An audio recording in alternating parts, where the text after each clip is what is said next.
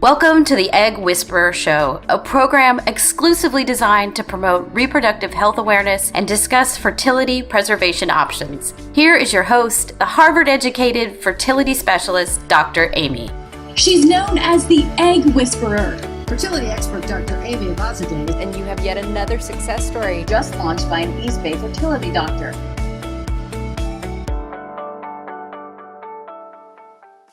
Hi, everyone. Welcome to the Egg Whisperer Show. I'm so excited to talk about something that's extremely passionate to me for so many reasons, and that is fertility preservation options for cancer patients. And I could not be more excited to have Amanda Rice here from the CHIC Mission. Amanda, thank you for joining us today. Thank you for having me, Amy. I really appreciate it. She's the founder of the CHIC Mission. She's also a 3-time cancer survivor, and she has left New York. She has moved to Texas for one reason. Amanda, I'll let you share that with us in your own words as to what brings you to Texas right now. Sunnier skies definitely help, but the most important thing is the advocacy work that is done on behalf of cancer patients everywhere. So it's state by state. We are in the great state of Texas right now and having a great old time. And also here because an incredible bill was introduced by Nicole Collier out of Fort Worth, who is a cancer survivor. And this bill would mandate that insurance companies start covering fertility preservation for cancer patients. So we are cowboy boots on the ground, as we like to say, and we have this incredible tool on our website that you can literally go on there if you're a Texan, put in your address, and it will generate a direct letter of support to your state representative. It'll go straight to their inbox. So it takes less than 60 seconds, and we would love your support. So I want to just share your bio with our listeners. You're the founder and 3-time cancer survivor. The CHIC Mission was hatched, no pun intended, that's really cute, when Amanda's fertility preservation coverage was denied by her insurance company. After chemo, radiation, and long-term drug therapy, she started fertility treatment, opting to cover the costs on her own. She focused on helping other patients find ways to cover the cost of fertility preservation, as socioeconomic standing should not be a factor in anyone wanting to pursue having biological children after they battle and beat cancer. So, Amanda, tell us about yourself. Well, I'm thrilled to be here, and I absolutely have grown to love this community and learning so much about fertility and infertility. And, personally, I was diagnosed 3 times with cancer before the age of 40. And, no family history, strange symptoms, but luckily found it very early stage. The very unique thing about being diagnosed as a young adult, given all the advancements in science and technology and breakthroughs in treatment, is that most of us go on to live a very happy, healthy life. And that is incredible. The field of fertility has come such a long way. And, when you're diagnosed with cancer, one of the things that you really have to think about when you're of childbearing age is the impact of life-saving treatment on your ability to become a biological mother one day. And when I was diagnosed, I was not a mother. I was 37 years old, and I did have insurance. And one of the doctors that I was working with mentioned, hey, have you thought about fertility preservation? You're about to go through the ringer, whether it's surgery, long-term drug therapy, radiation, or chemotherapy, or, surgery to remove some of your organs that are crucial to actually have a baby. All of these things will lead to challenges when you're trying to pursue motherhood after cancer. So unfortunately, the first time, I was denied by my insurance company. They told me that fertility was elective and that I did not qualify for benefits at that point. Fast forward a couple of years, I got diagnosed with breast cancer for the second time. And I did have a fertility policy in place, which I didn't have the first time. And so I went to my insurance company and said, hey, this time around, I'm not only going to, have to do surgery, but I have to pursue fertility preservation ahead of chemotherapy and radiation. And they said, well, sorry, you don't qualify, because our definition of infertility is you've been trying for 6 months without success at your age. And I said, no, you're not listening. I just told you I have to start chemo in 2 weeks. And they said, sorry, those are the rules. And that to me was heartbreaking. And it was a moment where, I had been through the ringer. I knew the lingo now, and cancer is very overwhelming, but this was the third time around. I skipped a little bit of melanoma in between, but, you know who your doctors are, you're going to be okay, but then the insurance company, rejects you. And you've already been rejected by your body numerous times. And I just bawled and got so angry and felt very hopeless. And so I kind of vowed at that moment that I was going to try and fix the problem, however I could. Yeah, and you're certainly doing that. And on your website, you talk about this catch-22, and I think that's exactly what you're referring to. And so for people out there who are, dealing with the same thing, what can they do within the system if they're facing the same type of catch-22? Absolutely. So when I was diagnosed for the first time, it was 2014, and no state laws had changed as it relates to fertility preservation and insurance companies covering this for cancer patients and other illnesses. Since then, there have been a phenomenal amount of survivors and other, incredible people in the infertility space that have banded together and really made a lasting impact. So truly, boots on the ground in state capitals, convincing legislators that this is an incredibly important thing to change. And with the advancements in fertility preservation, egg freezing, sperm freezing, it's a no-brainer. And it's just a broken system that needs to be educated. So, it's voices, it's people that have gone through this that are the ones to get through to their legislators. And there have been 10 states now that have changed their laws as it relates to fertility preservation for illness. And, now I'm actually down in Texas. I relocated, and we are literally cowboy boots on the ground down here to change this state law in 2021. Oh, that's incredible. That's incredible. So for oncology patients who are considering fertility preservation prior to receiving treatment for cancer, what are the kinds of things they should know? Well, there's a lot of resources out there, and it can be very confusing and overwhelming. So the first thing I always say, and I'm the go-to cancer girl for all my friends and friends of friends, and now friends of friends of friends. Anybody who reaches out to the Chick Mission's website, I'm the one who gets that email, and I'm here for you. So, reach out. And, we're a small organization, but we pack a mighty punch, and we know a lot of people now, and we've come across some phenomenal organizations that kind of do what we do. And we really try to collaborate. This isn't a sharp elbow situation. This is a let's all band together and help as many people as possible. So I think the first step is education. You need to learn about your options. And we've come across some incredible reproductive endocrinologists and, oncologists and social workers and nurses that, grab you at that moment where you have to make all these quick decisions, and they tell you about your options. The national stats are still pretty bad. So less than half of doctors tell you about your options, and that's just not fair. So I think I was very open about my experience, and I'm willing to talk to anybody about it. And I really respect what you're doing in bringing, the spotlight on this topic and many other topics dealing with fertility and infertility. So, let's use all the platforms we can to get to these patients so that they can be educated and they can make the right decision.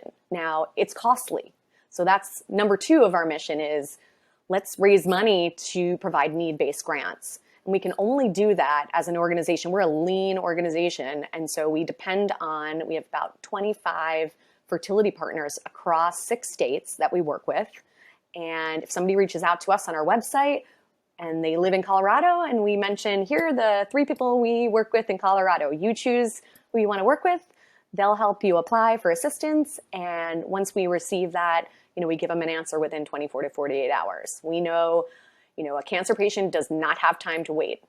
They have to rush into treatment. So we need to provide an answer and provide a solution. And now, we only work in 6 states. So there's 44 states where we don't have the money yet to expand. But there are other groups out there. There's other resources. We've come across so many of them. So that's the first thing I say. If, we ask for their zip code because we want to know where they are before I reach out and I say, hey, I'm sorry, I'm only, a small organization trying to do our very best to pay it forward, but here are some other ideas. And that's the second, kind of leg of the stool. And the third is this advocacy push. And as I mentioned, 10 states have changed their laws. We're not going to stop until all 50 states change this law and catch up to the modern medicine that we have access to today. And then if an oncologist, you mentioned how we're just still not doing enough to talk to patients about their fertility preservation options. If an oncologist is listening to this right now and they are about to tell a young woman that she has cancer, what kind of recommendations would you have for that oncologist? You just have to tell them their options because, there are pockets of resources available. So there's grants that you can apply for. There's, family members you may be able to lean on. You may be able to do a quick GoFundMe. You may be able to set up a payment plan. There's discounted programs. There are free medications for cancer patients. There's a whole host of resources. Unfortunately, it's not like a one-stop, one website. You're going to have to do a little digging, but tell your patients to reach out to the Chick Mission or Livestrong or, the SAM Fund, or there's a whole host of ways to go. Fertility Within Reach. Really amazing people doing amazing things out there. And one part of your mission is also to provide scholarships and monetary assistance to women who perhaps would not be able to otherwise afford fertility preservation services. Can you talk a little bit about that and your HOPE scholarships? Sure. So we named them HOPE scholarships. It's not to pay for school or anything. It's to pay for eggs. But, HOPE was incredibly important. We know how hopeless you can feel when you're getting both the news of cancer and the impact on your future ability to start a family. We want to provide hope and light. And so, the patient comes to us through their reproductive endocrinologist. We take a look at one page of information. We cover females age 18 to 40, any type of cancer. They are need-based. We kind of say if your adjusted gross income is $150,000 or less, you can apply as a single woman. If you're partnered, it's $200,000 or less. And really, my background is in finance. I'm a math girl, so it's about 10% of the cost. So the average is about $15,000 to $20,000. That's a whole lot of money. There are amazing doctors out there who will honor discounted fees for cancer patients. And you just have to ask that question. And we'll tell you within 24 to 48 hours what we will approve, the total amount that we'll approve, just so it's all out in the open. There's no gotcha later. We don't cover medications, but there are some incredible programs that do. And what are some fundraisers that you have going on to reach those goals? Yeah, so COVID's been tough. We have a lot of in-person events. Historically, we have our big fall gala in New York with 500 people, but 2020 was not the time for that. And we actually had this incredible light bulb moment. Most of our historic events have been for adults, and we're all about baby making and starting families. So we came up with this great idea called the Great Egg Freeze. And that is the Chick Mission's version of a polar bear plunge. And so this is a family-friendly, it was a COVID-friendly type of thing to do. We would ship you a box of our swag, a towel, goggles, a swim cap, sunglasses, and basically ask you to film yourselves jumping into water. And you can set up a peer-to-peer fundraiser, and you could, your goal, we had people with goals of $250 to $10,000, and we ended up raising enough money to sustain our program. So those are the type of things, like we'll have a great egg freeze from now until we change all the laws and decide what our next cause will be. But it's a really fun event, and we're going to be doing them all across Texas. We will do one in Denver. We're going to do one in Southern Cal that we'll invite you to, and Northern Cal. And if people want to learn more about any of the things that you mentioned today and want to get involved in the CHIC mission, or if you're like a fertility doctor like me who want to get onboarded to help you guys, how can they do that? On our website, people always tell us they don't really hear from us that often, and that's by design. We will not spam you, we promise. We have a newsletter you can sign up for. We have, if you're a patient, you can send us, it's 4 pieces of information about who you are, and we'll try our best to lead you in the right direction. If you're a provider, send us an email. We would love to be able to expand our partnerships. And, we're only as good as our next fundraiser, but we're not going to sit here on a boatload of cash. We want to get them in patients' hands and solve this problem once and for all, and make a bunch of babies. Yeah, I love it. And then tell me about your relationship with Tracy and what that means to you. Yeah, no, it's, Tracy and I met so I was diagnosed for the 3rd time. I knew I was going to be waiting for chemotherapy treatments and radiation treatments, and I just had to hurry up and wait. So I'm sitting there in the waiting room with my mom, who was my wing woman, and literally ordered Nonprofits for Dummies, read that cover to cover, started thinking about who do we need to make this the most powerful founding board. So a retired project manager, that's my mom. So saw it from a mother's perspective. One of my best friends, she lost her mom to cancer. She's a badass. Let's get her involved. One of my best friends who was sitting there with me while I did chemo, she raised her hand and she's involved. My reproductive endocrinologist got involved.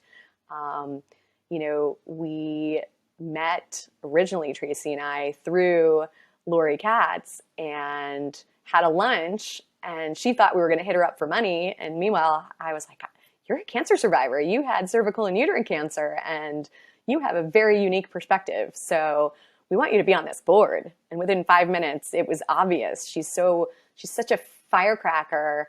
She's so creative, a great writer. And again, I'm like the boring finance girl who has these big ideas, and she is just an executor. So she jumped on board. We've been working on this ever since, all of us. And, we just so happened, because we were both living in Manhattan during COVID, nobody wants to live alone in Manhattan during, COVID. So we ended up quarantining together with my dog and have gotten so close. And we're able to, she's running the day-to-day. She's our executive director and really, has just taken the reins. And, I feel so good about it because I know how much she cares, and I know how incredibly thoughtful and smart she is. So it feels really great. Well, thank you for coming on today. And she's going to be on we're going to do another part 2 with her to talk about the CHIC mission even more. Great. So thank you, Amanda, for your time today. Thank you for all you're doing for fertility, cancer survivors, patients everywhere. And I look forward to learning from you guys and your advocacy work, and look forward to all the amazing things that you're going to do in the years to come. So thank you. Thank you. Thank you, Amy. Welcome to the Egg Whisperer Show, a program exclusively designed to promote reproductive health awareness and discuss fertility preservation options. Here is your host, the Harvard-educated fertility specialist, Dr. Amy.